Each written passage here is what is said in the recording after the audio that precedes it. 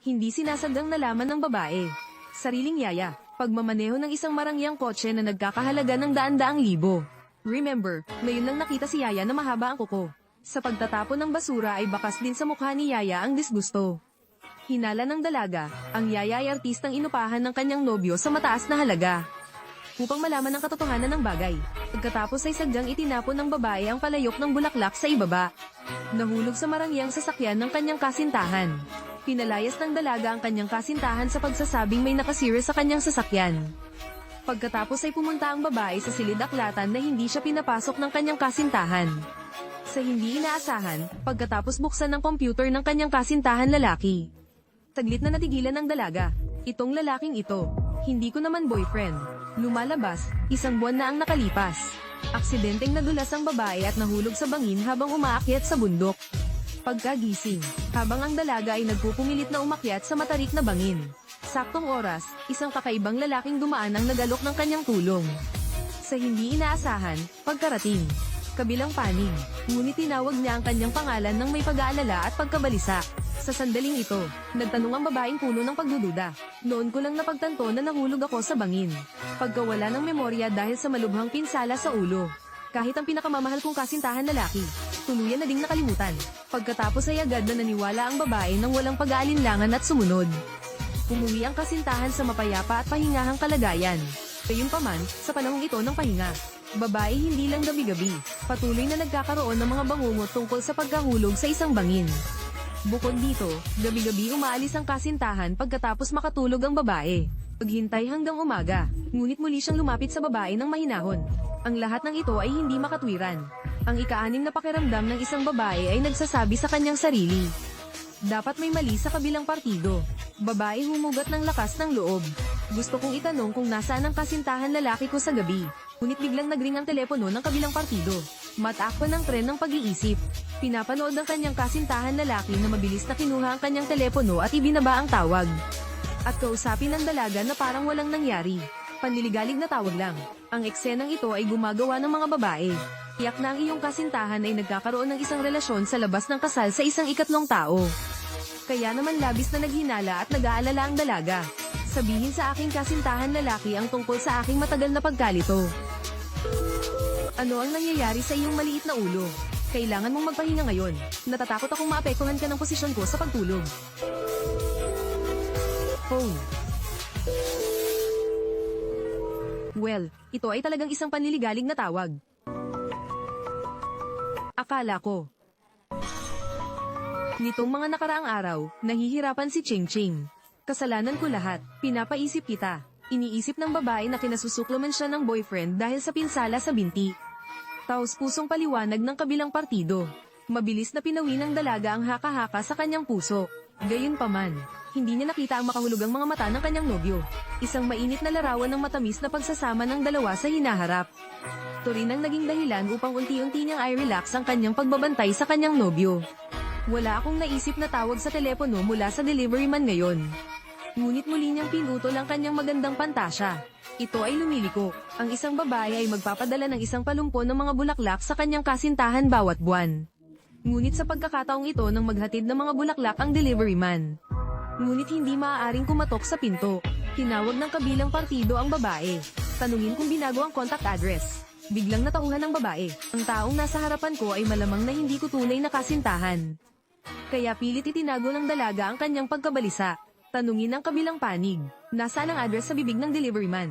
Ang Yafu Garden ay ang bahay na inupahan namin noon. Nag-expire ito 1 buwan bago ang iyong pagkahulog. Kaya lumipat kami dito. May naaalala ka ba? May naiwan pa. Walang problema. Sa tingin ko hindi ba sinabi ng doktor? Ang pamilyar na kapaligiran ay nakakatulong sa pagpapanumbalik ng memorya.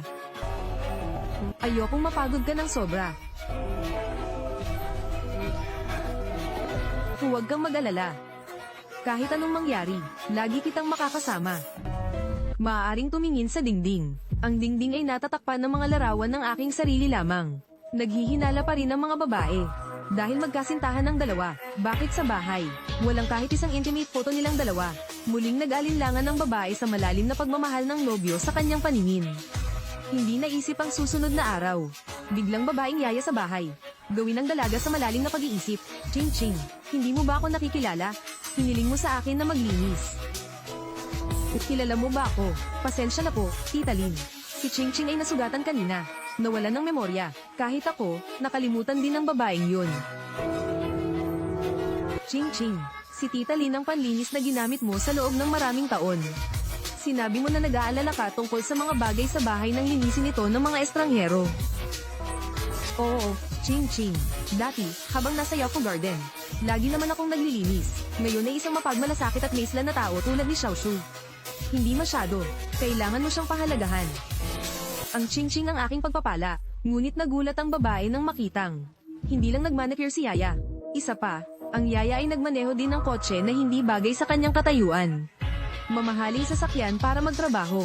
Ang lahat ng mga palatandaan ay nagpapahiwatig. Lahat dahil gumastos si kasintahan para mag-imbita ng mga artista na gumanap. Ang layunin ay alisin ang aking mga pagdududa. Lahat ng masamang hula tungkol sa kasintahan lalaki. Alalahanin ang lahat ng hindi kasya. Nagdududa ang babae na ang pagbagsak niya sa bangin ay may kaugnayan sa kanyang nobyo.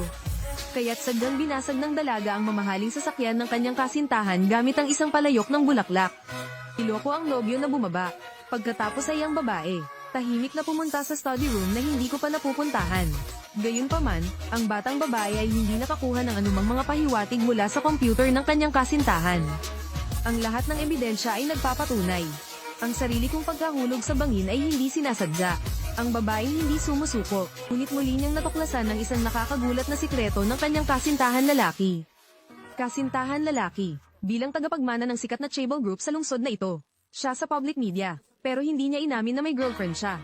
Kapag naghihinala ang mga babae, hindi ko siya nobyo. Ang lalaki sa kabilang panig ay nakakita ng isang napakapamilyar na halamang nakapaso.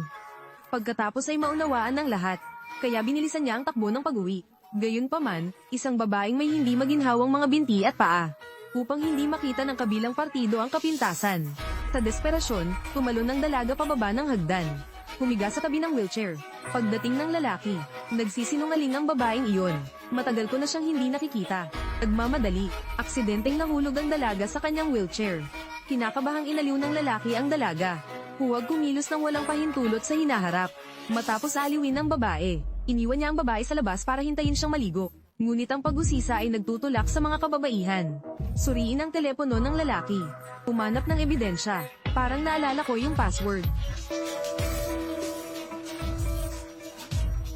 Pinalitan talaga ang password. Maaari bang ang password ay ang aking kaarawan? Hindi rin. Ching Ching, may gagawin ako sa telepono. Dalhin mo sa akin ang phone ko, okay? Mabilis na bumukas. Bilisan mo.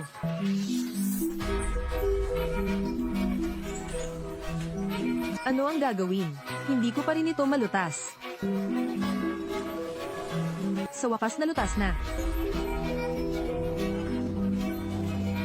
Shumo, gusto ko talagang lumabas. Maghapon akong nasa bahay, aamag ako. Sabi ng doktor magpahinga ka na. Masyadong maingay sa labas at hindi malinis. Huwag kang pumunta. Hindi kumpirmadong pag-ibig. Mga relasyon na hindi alam sa labas ng mundo. Pinaghihigpit ang kalayaan sa buhay. Ang aking kasintahan ay puno ng kasinungalingan at sikreto. Kung nasaan ako, parang nasa kulungan. May mahinang pakiramdam ako. Ching Ching, tulungan mo akong kumuha ng bath towel. Kailangan kong tumakas. Bakit ka lumabas ng walang damit? Bakit ka nahihiya? Maligo ka na.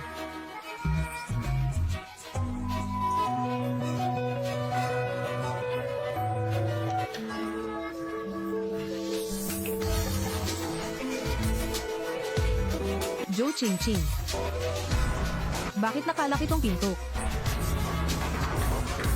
Ching Ching. Joe Ching Ching.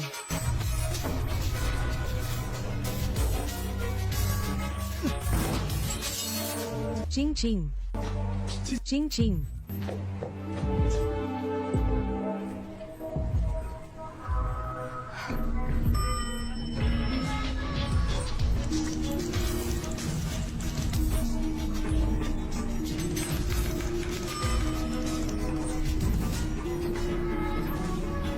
Kakaiba, walang sino man ang pinapayagang magtrabaho sa kalagitnaan ng araw.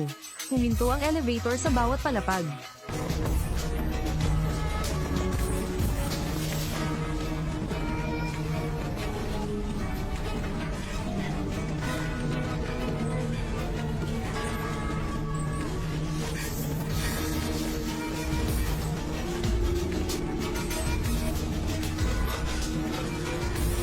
Habang sinusubukan ng babae na paikutin ang wheelchair at lumakad pasulong. Pero naputol ito ng biglang pagsulpot ng boyfriend niya. Upang hindi makapukaw ng hinala ng kabilang partido. Mahina ang paliwanag ng dalaga. Umaba lang ako para kumuha ng bulaklak. Pero seryosong tanong ng kasintahan niya. Napakatagal na panahon. Bakit hindi dumating ang mga bulaklak? Hindi naisip. Ang sumunod na eksena ay agad siyang natigilan. MS Joe, ito ba ang bulaklak na in-order mo? Oo, sa ginoong ito, salamat.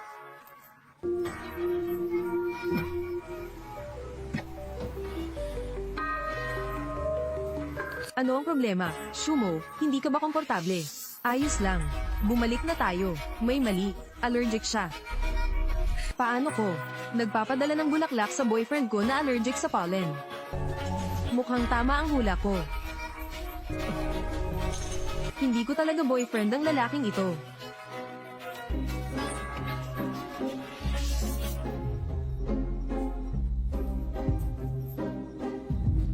Aking kasintahan lalaki, hindi ko boyfriend. Siya ay palaging perpekto sa disguise. Ngunit, isang palumpon ng mga bulaklak. Nabasag ang maskara niya.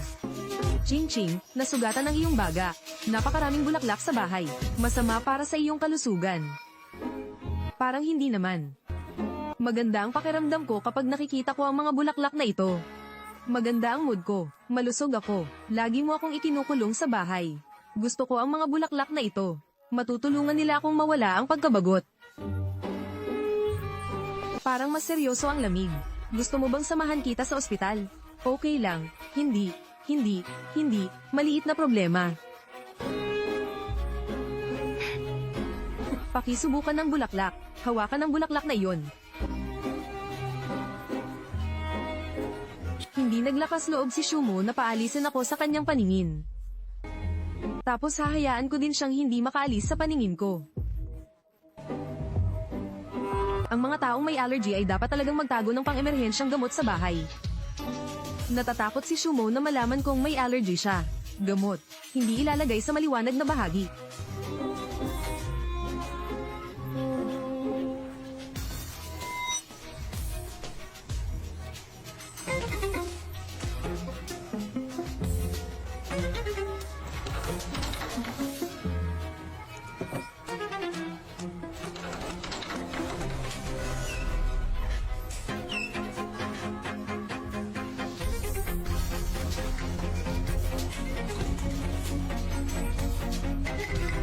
Hinahanap mo ba ito?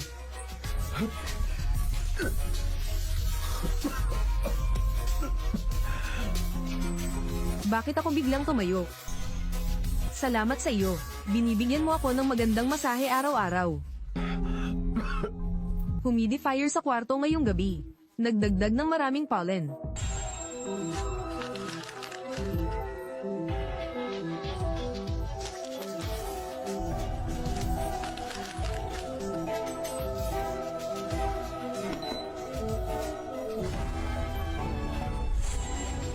Tingnan ko kung anong sikreto ang tinatago mo. Pupunta ako. Tuklasin ang katotohanan sa likod ng aking amnesia.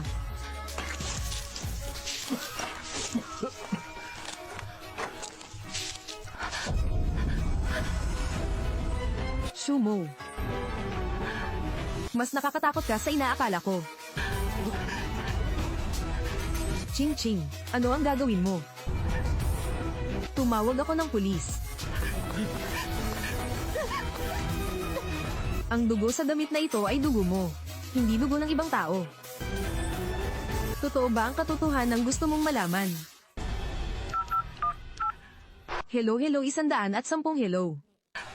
110. Gusto kong tumawag ng pulis. May nagpapanggap na boyfriend ko.